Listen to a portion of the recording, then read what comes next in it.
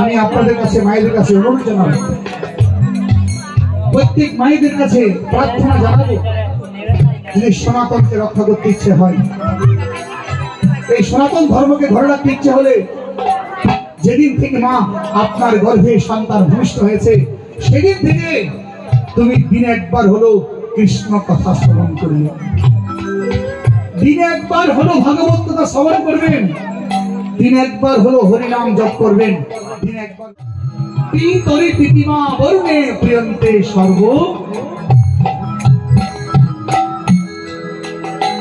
বাবা তুমি তো পিতা, তুমি তো দেবতা, আপনার কথা তো বাবা আমরা বলতে পারবো না। শোনো, যোগ্য সন্তানের যোগ্য পুত্র জন্ম হয়, অযোগ্য পিতার যোগ্য পুত্র জন্ম হয়, অযোগ্য পিতার যোগ্য পুত্র কখনো হয় না। তবে কোটিতে কোটি হয় মা যদি সাধু সঙ্গ পায়, না হলে অসুরের গর্ভে অসুরের বীর্যে অসুরই জন্ম নেবে। যদি মায়ের সৌভাগ্যে থাকে যেই রজে ধারণ করবে, তার যদি সৌভাগ্য থাকে তাহলে সেই ঘরে ভক্ত জন্ম নেবে, না হয় নেবে। তার প্রমাণ, ভক্ত প্রহ্লাদের পিতা অসুর ছিল, আর অসুরের ঘরে একজন সুরের জন্ম হয়েছে। কেন জানেন কি করে জন্ম হয়েছে? মা দয়াদুর যখন ৫ম মাস গর্ভ ছিলেন, মা দয়াদুকে রেখে হিরণ্যকশ্যপ চলে গেলেন সাধনায়। একা পেয়ে দেবরাজ ইন্দ্র মাকে হরণ করে নিয়ে যাচ্ছে। কেন?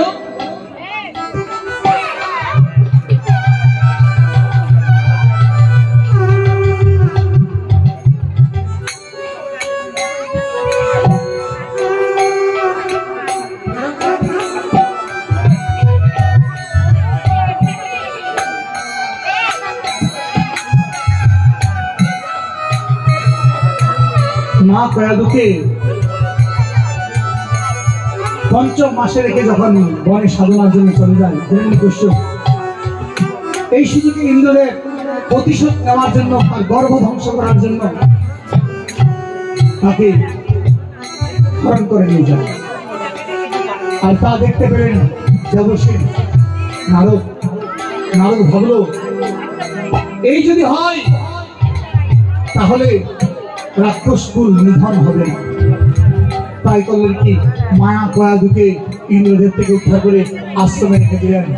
আর আশ্রমে কাটা দিয়ে কাটা উদ্ধার করার জন্য কি করলেন, মা কয়াদুর সেই গর্ভকে প্রতিদিন ভাগবত শ্রবণ করা। তাই মায়েরা, আমি আপনাদের কাছে মায়েদের কাছে অনুরোধ জানাবো, প্রত্যেক মায়েদের কাছে প্রার্থনা জানাবো, যদি সনাতনকে রক্ষা করতে ইচ্ছে হয়, এই সনাতন ধর্মকে ধরে রাখতে ইচ্ছে হলে, যেদিন থেকে মা আপনার গর্ভে সন্তান ভূমিষ্ঠ হয়েছে সেদিন থেকে তুমি দিনে একবার হলো কৃষ্ণ কথা শ্রবণ করবে, দিনে একবার হলো ভাগবত কথা শ্রবণ করবেন, দিনে একবার হলো হরিনাম জপ করবেন, দিনে একবার হলো কৃষ্ণ প্রসাদ খাওয়ার চেষ্টা করবেন। তাহলে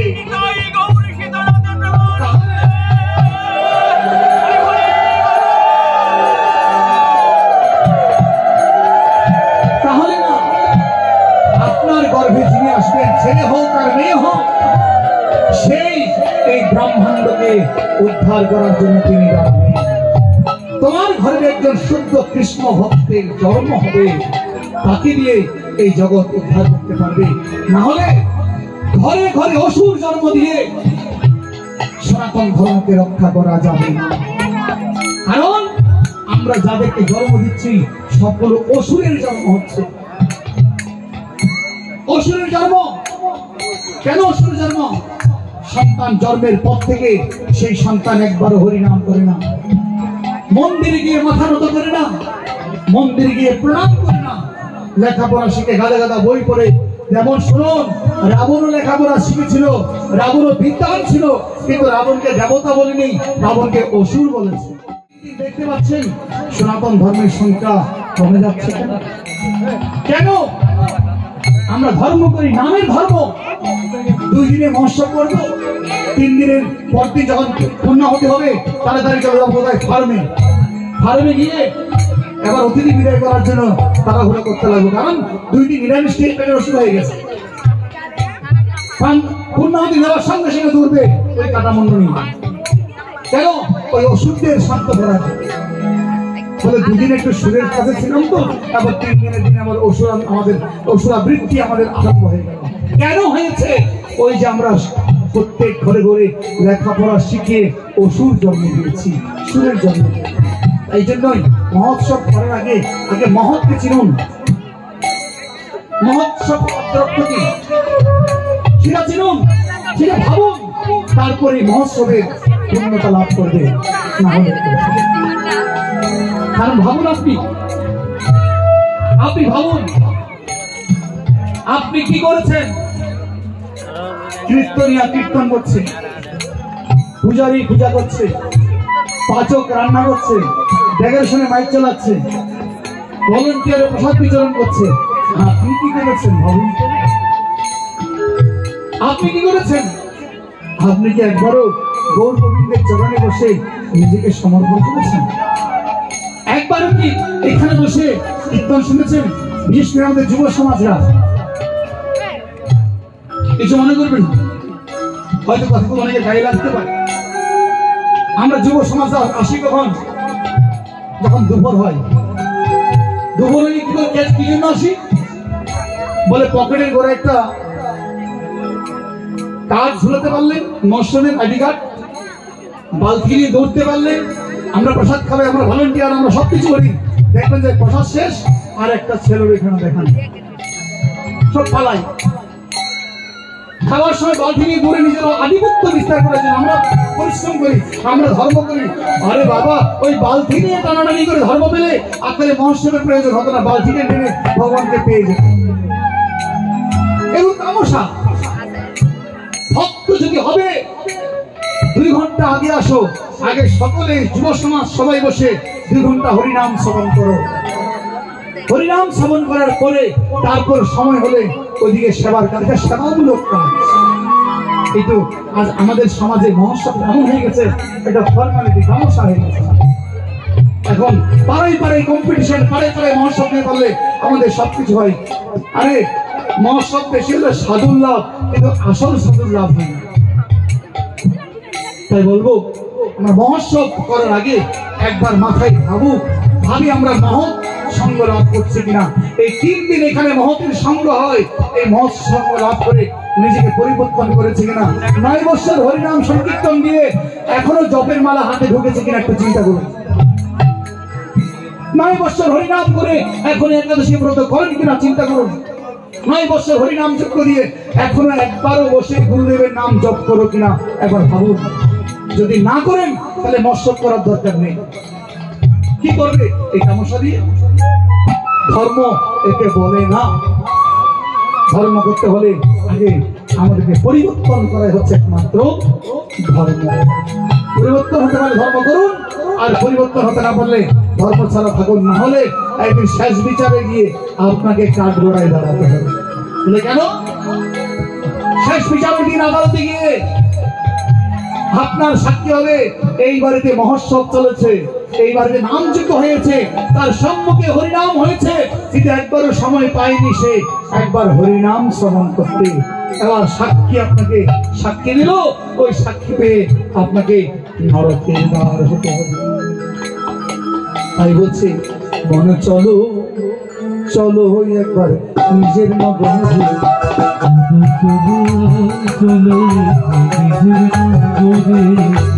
চলো চলো একবার নিজের দেশে,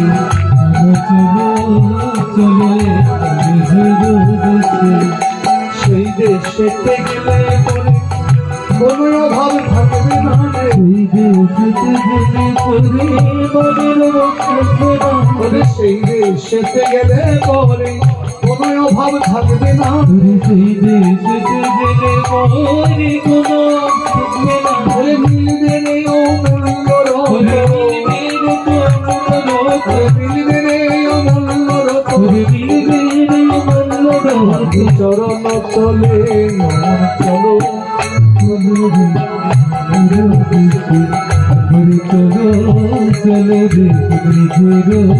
চলো নিজের দেশে যাবে যখন ভবানন্দের মতো কি করবেন আপনার 5 জন পুত্রকে সঙ্গে নেবেন পঞ্চপুত্র সঙ্গে ভজে বলছেন পঞ্চপুত্র সঙ্গে ভজে আমি তাই গৌরাঙ্গ পঞ্চপুত্র সঙ্গে ভজে আমি তাই গৌরাঙ্গ পঞ্চপুত্র সঙ্গে ভজে আমি তাই গৌরাঙ্গ পঞ্চপুত্র সঙ্গে ভজে আমি তাই গৌরাঙ্গ প্রেমানন্দে বহু তুলে প্রেমানন্দে বহু তুলে প্রেমানন্দে বহু তুলে হরি হরি বলো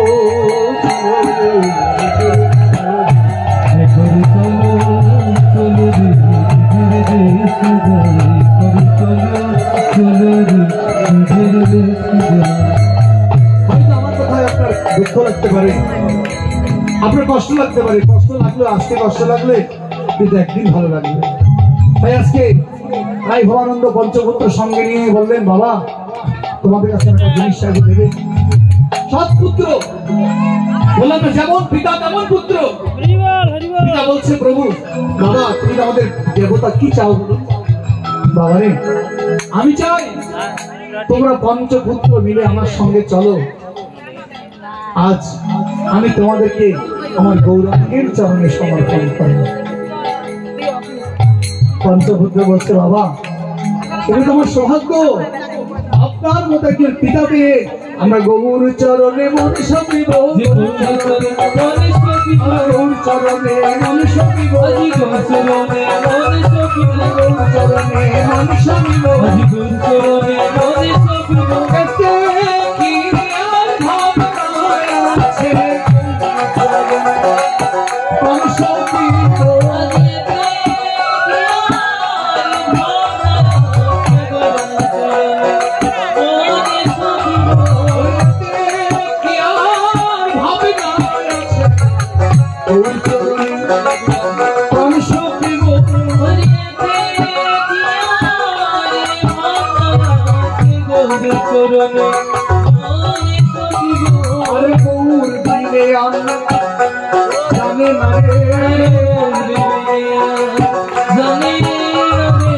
বাবা মা প্রভুকে বলছে এখনো সময় আছে যদি পারো আপনার সন্তানকে গৌর চরণে সবার চিন্তা করুন কারণ কি হবে আজকে সপে দিলে সেই পুত্র একদিন আপনাকে সপে দিবে যদি আপনি সপে না দেন তাহলে পুত্র আপনাকে সপে দেবে না এমন পুত্র তৈরি করো যে পুত্র কুম নামক নরক থেকে মা তোমাকে উদ্ধার করতে পারে যে পুত্র আপনাকে গোলক বৃন্দাবনে পৌঁছে দিতে পারে এমন একটি পুত্র তুমি জন্ম দাও এমন একটি পুত্র তৈরি করো লেখাপড়া শিখিয়ে মানুষের মতো অমানুষ বানিয়ে রাখার কোনো দরকার নাই আমি তো বলবো যারা লেখাপড়া শিখে অমানুষের মতো মানুষ হয়েছে এই সমস্ত মূর্খের কারণে আজকে সনাতন ধর্মের এই পরিণতি শিক্ষিত সমাজ দেখায় কেমন বলে আমরা সুশিক্ষিত কি হয়েছে সন্তান একজন জন্ম দিয়েছে আর ওই একজন সন্তান জন্ম দিয়ে কি করবে তাকে ইংলিশ মিডিয়াম শিখাবেন বাংলা পড়াবেন না বাংলা না পড়ে ইংলিশ শিখাবেন ওই ছেলে বাংলা কথা বলতে পারে বাংলা ভাষা জানে না বাংলা ভাষাই জানে না সে বাবা ডাকতে জানে না মা ডাকতে জানে না ওই ছেলে যখন বড় হয় মা বাবা বলে বাবারে চলো না একটু গুরু মন্দিরে যাবো গুরুবারে যাবো বলে সেখানে যাওয়ার আমার সময় নেই কেন বলে এত গুরু গুরু এগুলো আমি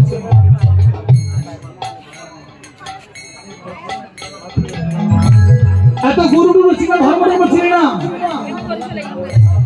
লেখাপড়া শিখেছি, বড় হয়ে গেছি, আমি মানুষ চিনি না, মানুষ দুটা চিনি, নারী পুরুষ দুজনকে চিনি, তুই চিনি না। দেখলে কি এমন কি সময় আসলো, সেই ছেলে আপনাকে না বলে বিয়ে করে ঘরে উপস্থিত। বিয়ে তো করেছে, বিয়ে কেমন করে করেছে? নিজের ধর্ম দিয়ে করে, নিজের ধর্মকে বিয়ে করেছে, বুঝতে পেরেছেন? বিয়ে তো করেছে, বড় কথা নয়, নিজের ধর্ম দিয়ে করেছে বিয়ে।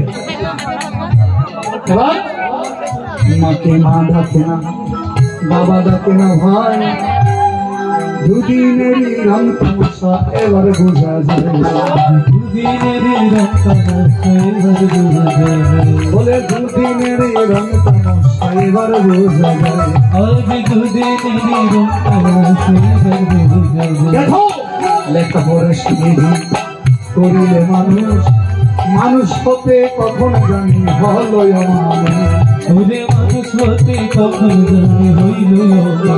এইরকম মা বাবা যারা আছে তাদেরকে হুঁশিয়ার করে দিচ্ছি, লেখাপড়া শিখাতে তুমি করিলে মানুষ হতে কখন জানি হলো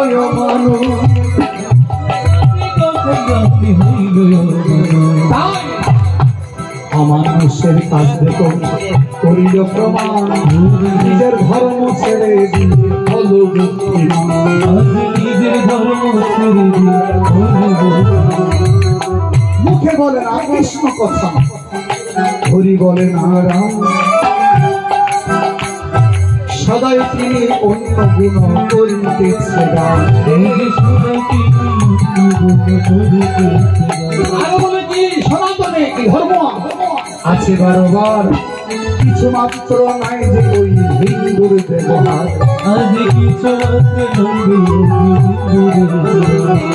দেবী দেবা খুঁজে তারা সবাই করে গান, এইটা কি সনাতন ধর্ম তারা কি প্রমাণ, তাদের একটা ধর্মে ওই আচার নাই, আমি যেখানে আছি তাই তো ভালো,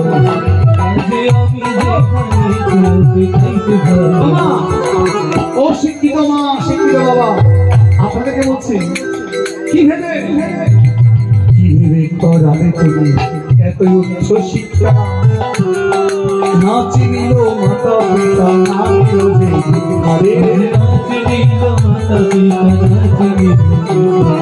তাই বলি বোন সনাতনেরও আছে প্রয়োজন, সত্য কথা সত্যবাদী এই তো নিত্য ধন,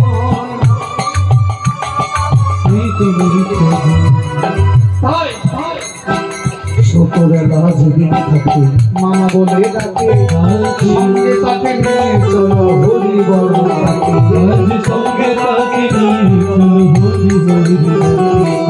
ছোটবেলা যদি তোমার সঙ্গে যাচ্ছে, কীর্তনে আসছো সঙ্গে নিয়ে আসো, ভাগবত পাঠে আসছো সঙ্গে নিয়ে আসো, মন্দিরে যাচ্ছ সঙ্গে নিয়ে যাবে, বাবা চলো সঙ্গে নিতে নিতে যখন মামা বলে ডাকে তখন তোমাকে তাকে হরি বলাও, তাকে হরি হরি হরি বলো, হরি বলো হরি বিনা এই হরি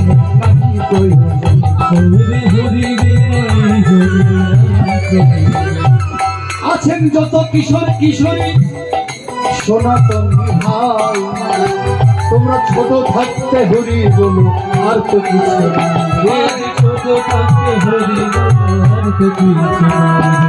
যদি রাখতে চাও সনাতন ধর্মের মহিমা, শ্রী গুরু চরণ কম ছেড়ে দিও,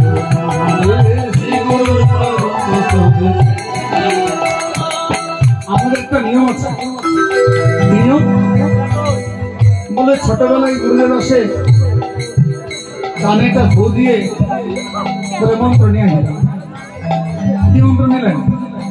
তাহলে কর্মসূত্র ঠিক আছে, সেটা নিয়ম আছে, কিন্তু কর্মসূত্র করলেন ঠিক আছে। যেমন দেখুন আপনার ঘরটা লিপে পরিষ্কার করে মুছে আসলেন, আসার পরে দরজাটা একটু বন্ধ করে রাখতে হবে, দরজা বন্ধ না করলে কুকুর ঢুকে আবার পবিত্রকে কি করবে? অপবিত্র হবে কিনা? হবে না? আপনি ঘর মুছে আসলেন, দরজা বন্ধ করলেন না, কিন্তু কুকুর ঢুকে আবার জন্য কি? তাই ঘরটাকে পবিত্র রাখতে হলে আপনাকে ঘর দরজা বন্ধ করে দিতে হবে। আপনার ছেলেকে মন্ত্র দিয়ে পবিত্র করলেন, ধরে রাখলেন কোথায়? ওই দিক থেকে আপনার সন্তানকে কি একবারও মা আপনি ডেকে বলেছেন যাও আসন ঘরে গিয়ে মন্দিরে গিয়ে একটু ভগবানকে প্রণাম করো, একটু হরিনাম করো, প্রার্থনা করো? না না, এত ছোটবেলা করলে সাধু হয়ে চলে যাবে। সাধু হয়ে চলে গেলে আমাকে মা ডাকবে, কারণ ডাকাত হলে ভালো হবে। আমাদের সমাজ এমন, চোরের মা হবে, ডাকাতের মা হবে, তবে সাধুর মা হবে না। ও সাধুর মা লজ্জা লাগে, ও ডাকাতের মা ভালো, তাই না? তাই না? ডাকাতের মা ডাকাতের বাবা বললে কান খুলবে, আর সাধুর মা বাবা বললে তখন লজ্জা পেয়ে যাবে। এটাই কি আমাদের নিয়ম?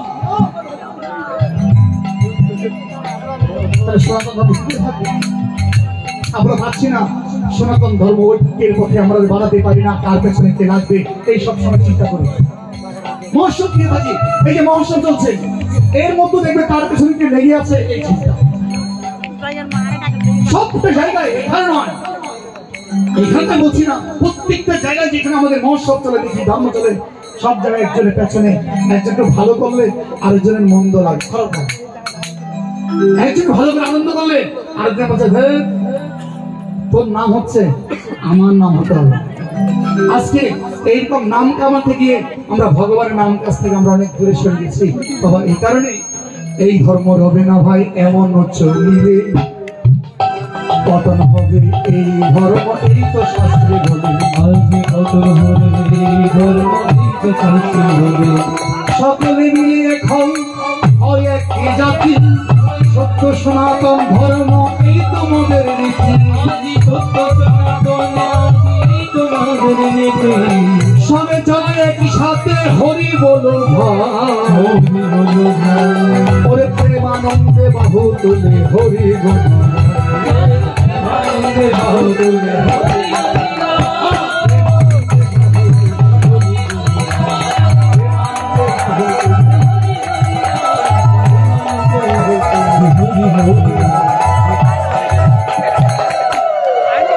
চলে